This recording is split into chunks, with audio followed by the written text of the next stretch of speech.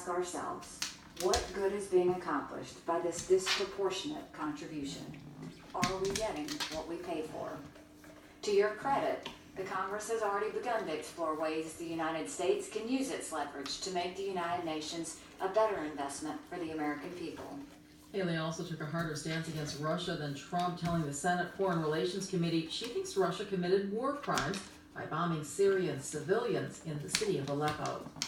Wall Street was in mixed territory by the closing bell. The Dow down 22 points, the Nasdaq gaining 16, the S&P 500 was up 4 points. Asian markets are trading slightly higher at this hour. You're listening to NPR News from Washington. This is KUOW News. I'm Paige Browning. Washington Attorney General Bob Ferguson has filed a lawsuit against the nation's largest student loan servicer, Navient Corporation. The suit accuses Navient of numerous unfair and deceptive practices affecting thousands of Washingtonians and driving up costs. Ferguson says these include improperly steering financially distressed students toward short-term forbearances and issuing subprime loans to students attending for-profit colleges with low graduation rates. The issue of student loans and the crushing debt that students have and graduates have in our state is significant, and it is compounded by entities like Navient who do not play by the rules and make life exceedingly difficult for those borrowers to do the simplest of tasks. The suit seeks restitution on behalf of borrowers as well as fines against the company.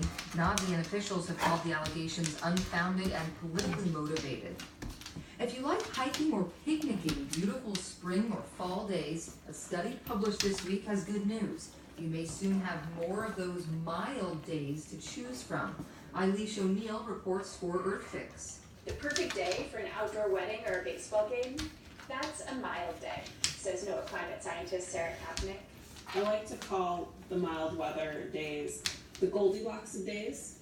They're not too hot, they're not too cold, they're just right. Kapnick is one of the co-authors of the study that looks at how climate change will affect mild weather. I really cared about mild weather days because I really wanted to know when I could take my daughter to the park. But at the end of the century, I said, when will my great-granddaughter be going to the park? By the end of the century, the world will have fewer mild days. The Pacific Northwest